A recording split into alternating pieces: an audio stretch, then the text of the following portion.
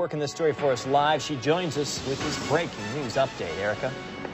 Well, the investigation continues here at the safety building. I just finished speaking with Sergeant Phil Toney, who says that as of right now, they have few leads and no suspects in this crime, a shooting that killed 42-year-old Ricole Hill.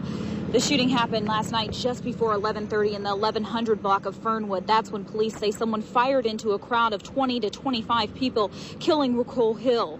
When police arrived on the scene, they found Hill lying in the street with a gunshot wound. Police say Hill is a grandmother and a well-known hairdresser and was gathering birthday supplies and talking to friends outside when a gunman came from behind some houses and started shooting. At this point, we don't know that she was an intended victim or if there was an actual person who was, that the gunman was after. But it seemed they just indiscriminately started shooting into a crowd of people. Well, police say anyone who would shoot into a crowd of people like this is extremely dangerous and needs to be taken off the streets. They're asking if you have any information that you call Crime Stopper at 419-255-1111. Reporting live in downtown Toledo, Erica Shaffer, News 11. I just don't get to karaoke with my sister ever again. You know what I'm saying? I can sing the songs that we sang, but I can't sing with her. For Felicia Hill, the death of her sister is difficult to understand, but the memory of her sister, Ricole Coco Hill, gives her a reason to smile.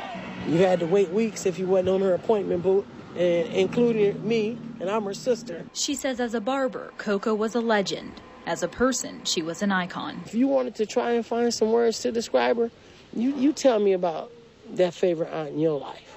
She says Coco was always filled with joy and ready to share her happiness with family and friends. There is not enough adjectives to describe the type of person she was. She was a great mother. She was an awesome sister. She was a wonderful daughter. Hill says since her sister was so well known, the person who killed her probably knows her, but wasn't targeting her. They might know her when they realize, oh my God, I killed Coco the barber.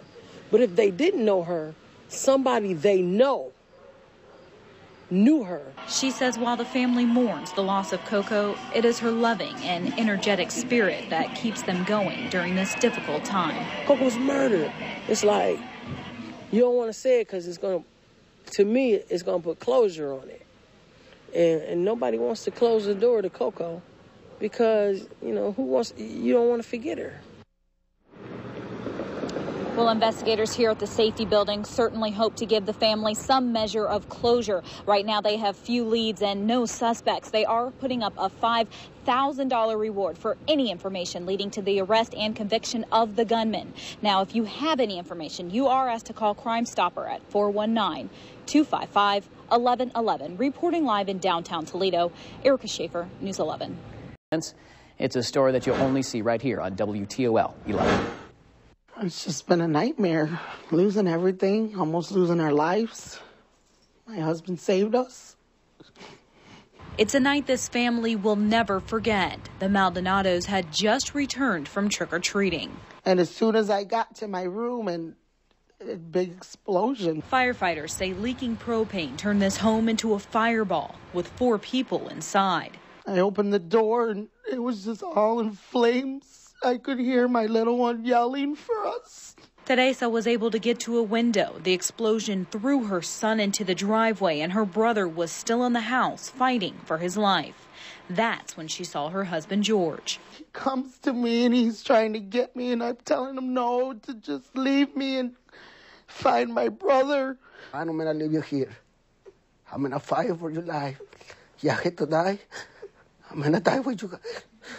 I'm going to die with you guys. After George pulled his wife to safety, he went back into the house with a neighbor to help his brother-in-law. He said, I can't do it, George. I can't do it. You have to do it, man. He said, you're going to stay here? I'm going to stay here with you. But finally, with the help of a neighbor, George pulled his brother-in-law to safety. Looking at the aftermath, it's hard to believe anyone was able to walk away. If it wasn't for my brother-in-law, they wouldn't be here.